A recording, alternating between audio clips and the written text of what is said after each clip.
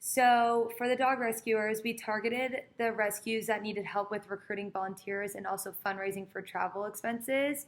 along with the rescuers that needed help sifting through reports of abused and abandoned dogs. So for the teachers, we targeted, we based our solutions off which teachers were struggling the most with keeping their students' attention, due to being online for over a year now because of the pandemic, and also creating an app where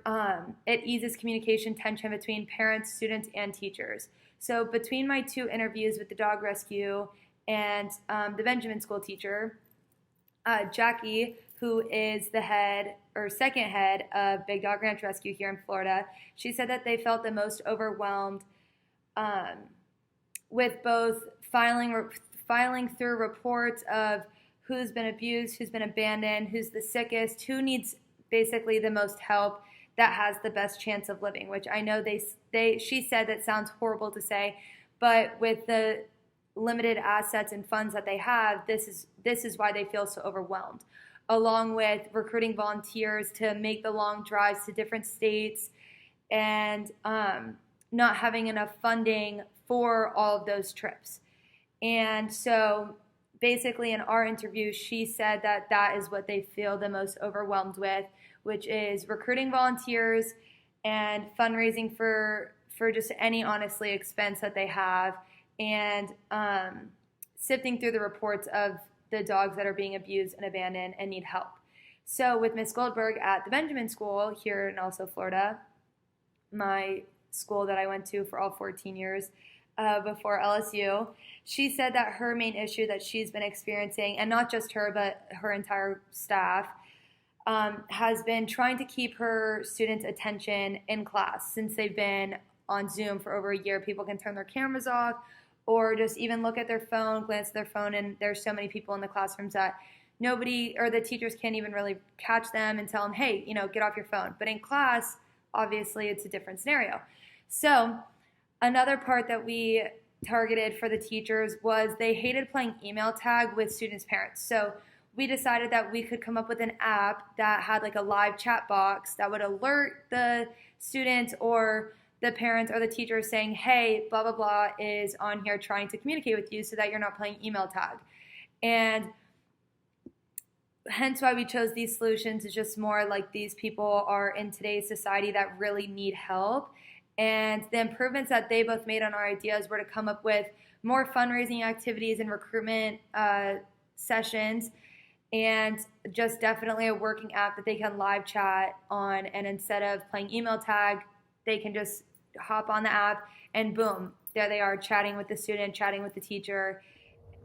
So since we're dealing with dog rescuers that need help with volunteers and traveling expenses, along with fundraising and like sifting through different reports of abandoned and abused dogs, we decided that an app might be a really good solution, that the app could like track the dogs, the lost dogs, and provide information on adopting dogs and rescuing them, along with different things like leashes and collars that they might need, and different foods and stuff that might be best for them to have, along with the idea to do a fundraiser, like a little volunteer fair where people could come in, they could pay money to enter, and they can also donate and learn the different ways that they can help out and do stuff in the community, even if they don't have the time to, or they thought they didn't have the time to, just different ways that they can help with the situation. For teachers, we decided that we needed to help them with keeping the students' attention and creating ease for communication between all 3 parties, which would be the parents, students, and teachers. And so we came up with an app that basically makes it easier to communicate between the 3 parties. Whenever a student has a question or a parent has a question, it's more of a live chat than an email, so you don't have to go look through all your emails and then possibly have it in the junk and stuff like that. It just kind of eliminates all of that confusion and makes it easier to keep up with your students' progress or your own progress and stuff like that. And then we also came up with the idea of a program that the student themselves can kind of create their own way of learning, and basically they create their own path, they learn at their own pace, which keeps them engaged and keeps them learning more and more each time. And we thought that would be a really good solution, because it would help the students kind of pay attention better and drift off less in class, and like especially with Zoom and stuff like that, sometimes it's harder to learn or it's easier for some students to learn. So we really thought that could be beneficial. Sit down, and being face to face, you can really feel their emotions and see their emotions. So as we talked and as I got deeper into what their problems are, and the more they talked about their problems, I was able to get a better understanding of which ones kind of bothered them the most. And therefore, I was able to take into consideration that aspect of it and focus more on that than possibly like little things that kind of bother them. So we were able to sit down and really just like think of solutions that we feel were the best fit for them based off of what their problems were, but also put our own emotions into it. And while doing financial projections, I learned that both of our dog solutions were viable. Both provided enough money annually to support the employees, the founders, the supplies needed to begin and throughout the year, as well as the money needed to build the area of the offices and the building as a whole. On the other hand, both of our teaching progressions were not viable. The first one being the program that allows a student to record their progression throughout the class and share it with the teacher, while in the same program allowing students, teachers, and parents to communicate through some sort of messaging format was viable. The second solution being a program that the student can choose their own curriculum so they're interested and they actually want to learn was not viable. But it was not completely wrong.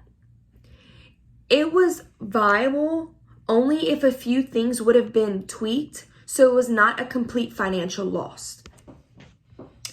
One thing that has helped improve our idea as a whole when coming up with the solutions is that we all have someone in our families,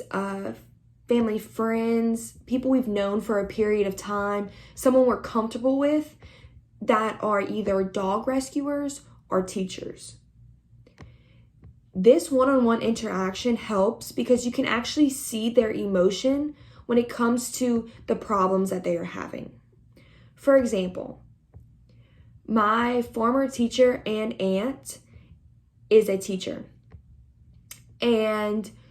her concern was not knowing the progressions of her students. When speaking one-on-one with her, I was able to see this emotion and how stressed out she was and how much she really cared for her students, and that she would love something like a program or an app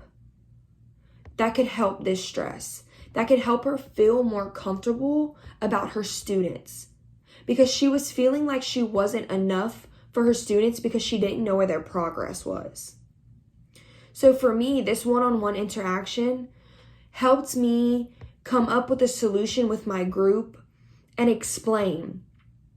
And this helped us choose our solutions from all the ones that we actually came up with to choose the two of each category that was most important. Now that I've taken this class, it has opened my eyes as to what really goes into being a good entrepreneur.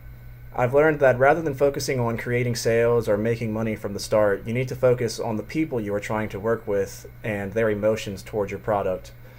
In the future, I would start by trying to improve my ability of figuring out the why of my business, because if I am better able to figure out the why, I will be able to satisfy the customer's functional and emotional sides of their needs. And if I'm able to satisfy the functional and emotional sides of their needs, then I will have the foundation of my business as well as early adopters of it, which will lead to revenue in the future. In our case, I would improve by interviewing teachers and dog rescuers alike and using their feedback to improve our service to better satisfy the emotional and functional aspects of their needs, which will lead to more positive emotions associated with our service. In the future, when trying to brainstorm a new concept to bring to the market or ways we could improve the experiences of our current customers, I would make sure that we have satisfactory means of receiving feedback from our customers. Personally, I would encourage feedback from customers, negative or positive, by offering a rewards program for every time they leave feedback on our website or application. Doing this would ensure that we are focusing on solving the problems that need to be fixed for our customers and making sure that we continue to do things that we already are proficient at.